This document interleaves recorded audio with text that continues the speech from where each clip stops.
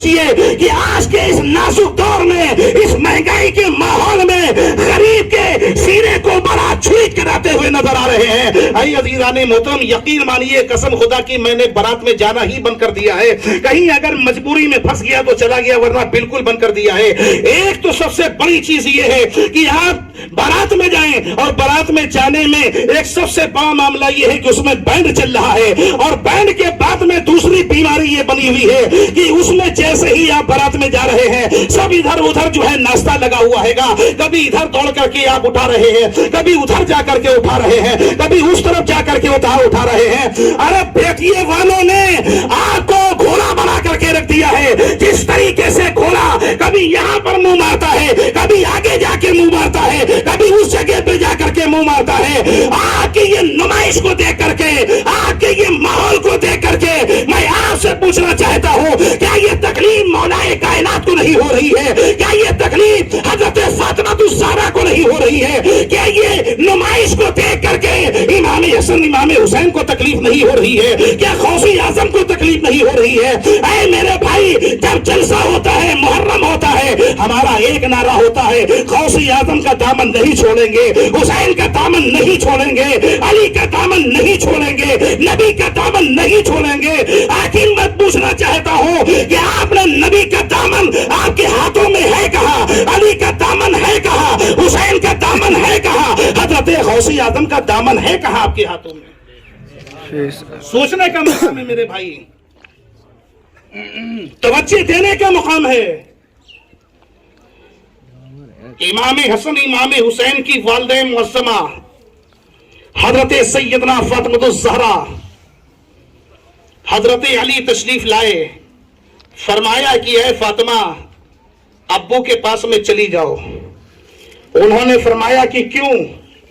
کہا کہ اس لیے چلی جاؤ، ابھی جو جنگ ہوئی ہے، جنگ میں کچھ غلام بھی آئے ہیں اور کچھ باندیاں بھی آئی ہیں، اپنے گھر کے کام کے لیے ابو سے جا کر کے ایک باندی مانگ لو۔ حضرت فاطمہ الزہرا رضی اللہ تعالیٰ عنہ نے چادر اوڑھی، نبی کریم صلی اللہ تعالیٰ علیہ وسلم کی طرف چل دی، بارگاہ نبی میں حاضر ہوئی، عرض کیا کہ اے ابو جان آپ میرے ہاتھوں کو دیکھیے۔ نبی پاک نے دیکھا کہ ہاتھوں میں ڈھٹے پڑے ہوئے تھے، جس سے آپ چکی چلایا کرتی تھی، اس کے نشان ڈھٹا پڑ گیا تھا آپ کے ہاتھوں میں۔ کہا کہ اے ابو جان ذرا سا آپ میری پیٹھ کے اوپر بھی اپنا ہاتھ رکھیے۔ پیغمبر اسلام صلی اللہ تعالی علیہ وسلم نے حضرت فاطمہ الزہرا کے پیٹھ مبارک کے اوپر ہاتھ رکھا، دیکھا کیا پیٹھ میں بھی ایک ڈھٹے کا نشان بڑا لمبا سا موجود ہے۔ فرمایا کہ اے بیٹی، یہ تیرے ہاتھوں میں ڈھٹے، اس میں سے خون کا بہنا، اور یہ تیری پیٹھ کے اوپر یہ ڈھٹے کیسے بن گئے ہیں؟ کہا کہ اے ابو جان اچھا گفتگو کس سے ہو رہی ہے؟ اللہ نے جن کے صدقے میں جنت بنایا، سبحان اللہ۔ گفتگو کس سے ہو رہی ہے؟ کہ جس نبی کو جنت کا حاکم بنایا، اور سامنے کون بیٹھا ہوا ہے؟ نوجوانان جنت کے سردار کی ماں بیٹھی ہوئی ہے، جن کے بارے میں نبی نے فرمایا جتنی بھی خواتین جنت میں جائیں گی سب کی سردار ہے میری بیٹی فاطمہ۔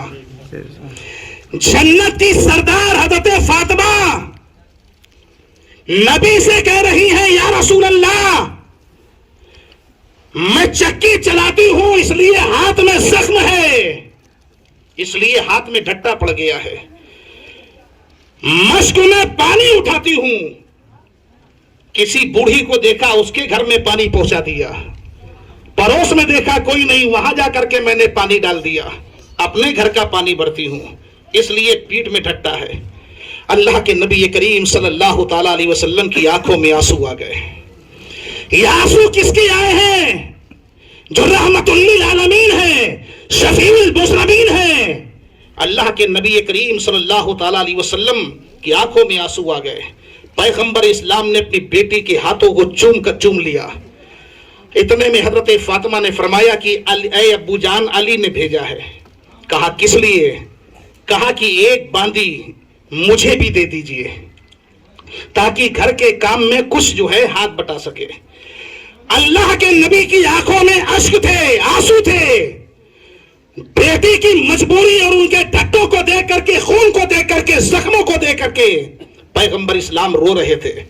اچانک جلال کے عالم میں آتے ہیں, اے میری بیٹی, اگر تو یہ مانگنے کے لیے آئی ہے کہ نبی کی چوکھٹ سے تجھے کوئی باندی مل جائے تیرے کام میں ہاتھ بٹانے کے لیے, تو میری چوکھٹ سے تجھے کوئی باندی ملنے والی نہیں ہے. زمانے کو ملے گی, ہر کو ملے گی, لیکن اے میری بیٹی فاطمہ, تو تیرے لیے کوئی باندی نہیں ہے. اللہ کے نبی نے منع فرما دیا. لیکن افسوس کی بات ہے, اس نبی کا کلمہ پڑھنے والے, وہ فاطمہ کی بیٹوں پہ اپنی جان نچھاور کرنے والوں, آج ہم کسی جگہ پر بات لگتی ہے تو سب سے پہلے جو ہے وہاں ہم ڈیمانڈ شروع کر دیتے ہیں.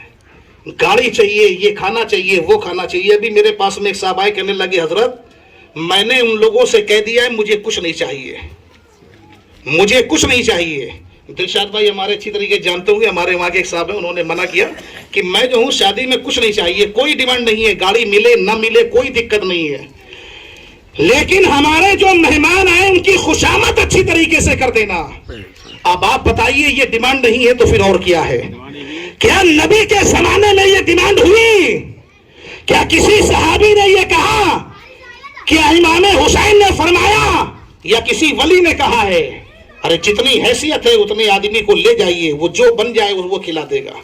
میرے بھائیوں, آج ضرورت سب سے بڑی چیز کی ہے کہ اگر نبی کریم صلی اللہ تعالی علیہ وسلم نے اس وقت حضرت فاطمہ کو ایک باندی دے دی ہوتی خدمت کرنے کے لیے, آج کا نوجوان اٹھا کر کے سر چلا جاتا کہ یہ میرے نبی کی سنت ہے اور اس سنت سے محروم کیوں ہو. اپنے سسرال میں جا کر کے مجبور سسر سے, مجبور ساس سے سوال کرتا کہ آج مجھے یہ چاہیے, آج مجھے یہ چاہیے. لیکن پیغمبر اسلام نے یہ دروازہ بند کر دیا کہ اب اس کی ضرورت نہیں ہے. اے مسلمانوں, دروازے بھی اگر کوئی بھکاری آ جاتا ہے, ہاتھ پیر اس کے تندرست ہوتے ہیں, ہم اس سے کہتے ہیں کہ ہٹا کٹا ہو کر کے مانگ رہا ہے, لیکن اے انسان ذرا سا تو بھی تو بتا, تیرے گھر میں کمرے بنے ہوئے ہیں, تیرے گھر میں اے سی لگی ہوئی ہے, تیرا مکان عالیشان بنا ہوا ہے, تیرے گھر میں ہر سامان موجود ہے, تیرے گھر میں گاڑی موجود ہے, روپیہ تیرے گھر میں ہے, دولت تیرے گھر میں ہے, پھر بھی تو کیسا بھکاری ہو گیا ہے, کس بیٹی کے دروازے پہ جا کر کے مانگتا ہوا نظر آ رہا ہے, کس طریقے سے تیری خیرت کو گوارا ہو رہا ہے. ارے وہ بھکاری تو اپنے پیٹ پالنے کے لیے مانگ رہا ہے, لیکن تو جا کر کے مجبور کر کے اس کی چوکٹ پہ جا کر کے مانگتا ہوا نظر آ رہا ہے, اس سے بڑھ کر کے تو بھکاری نظر آ رہا ہے. بے شک سبحان اللہ. عزیزان محترم, ہمیں اس چیز کے لیے روکنا ہوگا, اور یہ روک پہل وہی کریں گے اللہ تعالیٰ نے جن لوگوں کو دولتوں سے نوازا ہے. غریب کے پاس میں, بیچارے کے پاس میں ہے نہیں, وہ کیا کرے. بہرحال اللہ رب العزت جو بھی میں نے بولا ہے پروردگار عالم اس کو اپنی بارگاہ میں قبول فرما, اور جو غلطیاں ہوئی اپنے حبیب کے صدقے میں معاف فرما.